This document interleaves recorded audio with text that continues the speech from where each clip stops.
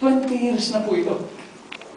I don't know what space land use as a serious development plan occupies in the hearts and minds of our people. This I cannot understand. Is it such a boring subject?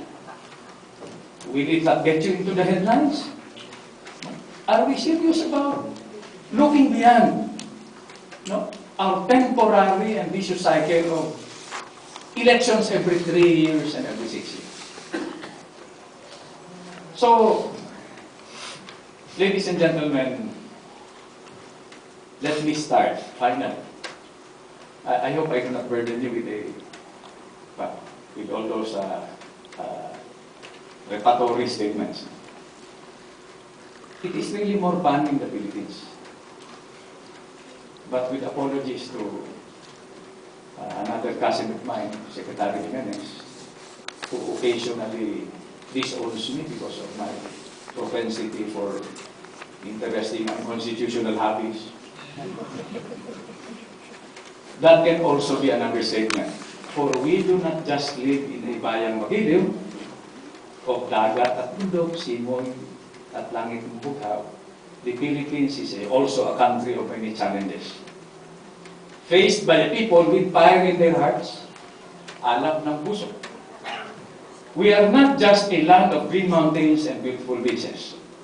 At this point, sasabihin ko sa inyo, this is such a beautiful country. You have to agree with me. We have poverty, social injustice, inequity. Pero this is still the only country I know. I cannot last 1 week in another country. No? And we are such a good people. Otherwise, you and I would not be here. This is really a country that is blessed. Sabi nga naman nakakausap kong negosyante, yung mga pragmatic talaga, just by waking up in the morning and continuing to breathe, pagpatuloy lang natin yung paghinga natin. No?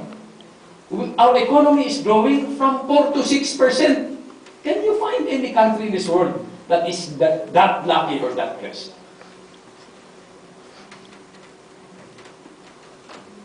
And aside from tourists, among our most frequent visitors are earthquakes, typhoons, and monsoon rains.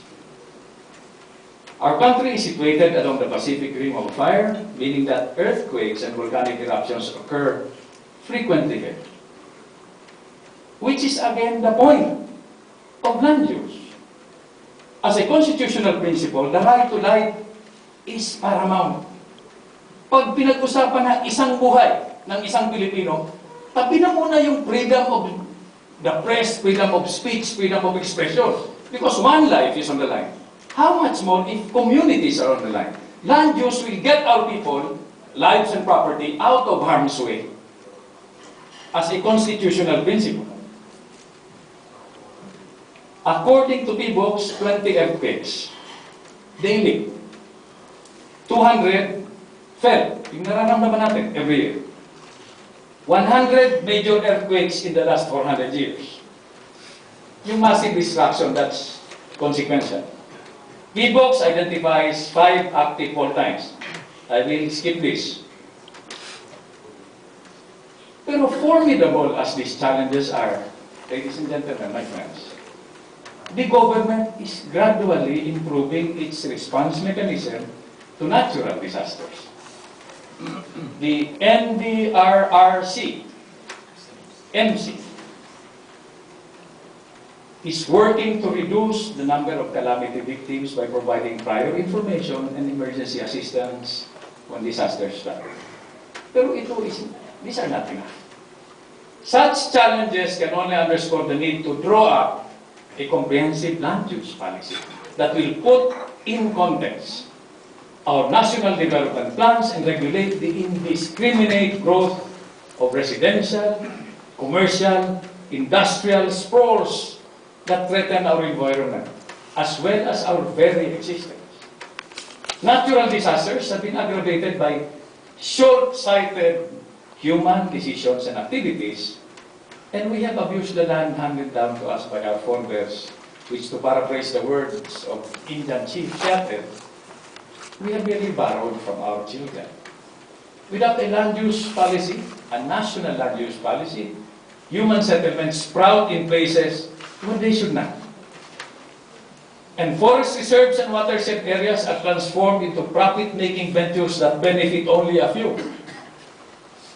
I used to be chairman of the Committee on Urban Planning, Housing and Resettlement. Siyempre, ang programa palagi is, let's decongest our urban centers and move out our people to relocation sites. Pero you tell me, ladies and gentlemen,